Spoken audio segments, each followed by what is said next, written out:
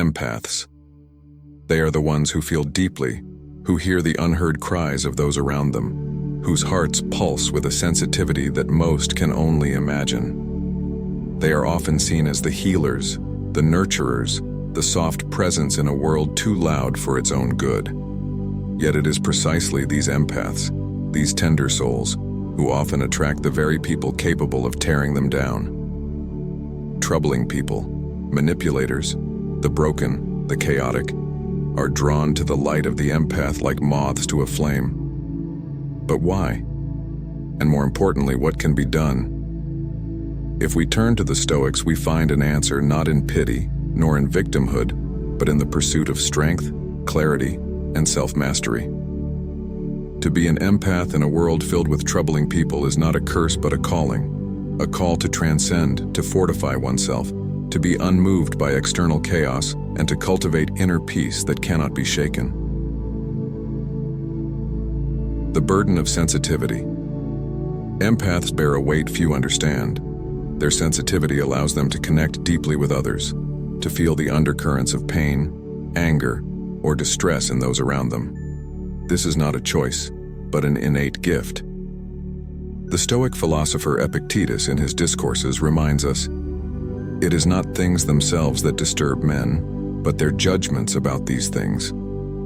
Troubling people often sense that an empath's compassion is vast, a resource they can drain. They latch onto the empath's kindness, hoping to be rescued from their own inner turmoil.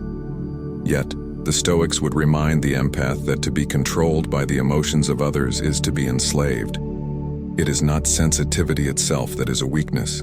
It is the inability to maintain boundaries, to remain undisturbed by the tempest of others' emotions. We must remind ourselves, as Marcus Aurelius wrote in his Meditations, you have power over your mind, not outside events. Realize this, and you will find strength.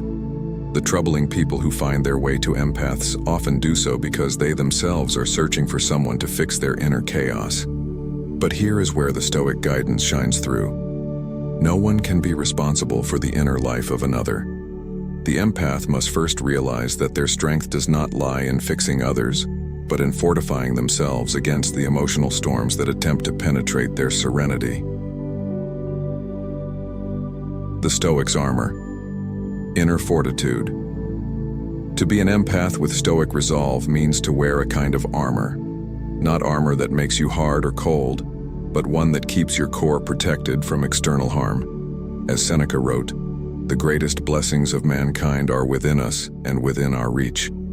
A wise man is content with his lot, whatever it may be, without wishing for what he is not. Troubling people will test an empath's resolve. They will push boundaries, seek validation, and try to weave their problems into the fabric of the empath's emotional landscape. But here is where the Stoic stands firm. The empath must learn to be compassionate yet detached, to care, but not to absorb, to listen, but not to internalize. This is the essence of Stoic self-mastery. The Stoic does not resist the world's chaos by lashing out or retreating, but by standing firm within themselves. The empath must do the same. We must learn that no one can drain us of our peace unless we allow them to. As Epictetus said, no man is free who is not master of himself. Understanding the nature of others. Another aspect of Stoic philosophy that can guide the empath is the understanding of human nature. We often see troubling people as forces of destruction, as burdens that come into our lives to test us. But the Stoics taught that every person acts according to their nature, shaped by their circumstances, their thoughts, and their judgments. Marcus Aurelius, in his Meditations, wrote, when you wake up in the morning, tell yourself, the people I deal with today will be meddling, ungrateful, arrogant, dishonest, jealous, and surly. They are like this because they cannot tell good from evil. This understanding, that people act out of their own ignorance or suffering, helps the empath distance themselves from the personal impact of troubling individuals.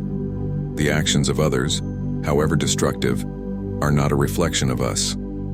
They are simply people acting out their own dramas, caught in the webs of their own minds. To be truly Stoic is to accept this without judgment, to view the actions of others with compassion, but not with attachment. We must remind ourselves that no one can harm our inner peace unless we let them. The troubling people who find their way into the empath's life are, in fact, opportunities to practice self-control, resilience, and the art of emotional detachment. The power of emotional detachment. Emotional detachment does not mean indifference, it means recognizing that we are not responsible for the inner chaos of others.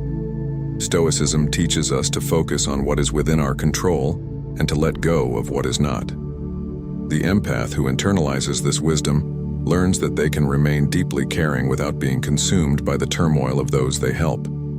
Seneca, in his letters, speaks of the importance of controlling one's emotions. We suffer more often in imagination than in reality. The empath's imagination can easily run wild, magnifying the pain of others, projecting their suffering onto themselves. But Stoic practice calls us to ground ourselves in the present moment, to recognize that the suffering of others does not have to be our own. Empaths must cultivate the ability to observe without absorbing. They can be present for others, but they must learn to remain untouched by the emotional volatility that surrounds them. Conclusion: a Stoic call to strength. The path of the empath is not easy, but it is one that offers profound opportunities for growth. The troubling people who gravitate towards them are not punishments, but teachers. They are mirrors reflecting the need for boundaries, for inner strength, and for emotional resilience. Stoicism offers a blueprint for how to navigate these challenges. We must learn to stand firm in our own peace, to be compassionate without being consumed, to care without losing ourselves. As we face these trials, we grow stronger, more resilient, and more capable of mastering the art of living. As Epictetus so profoundly said, "Man is disturbed not by things, but by the views he takes of them." Empaths, take heed.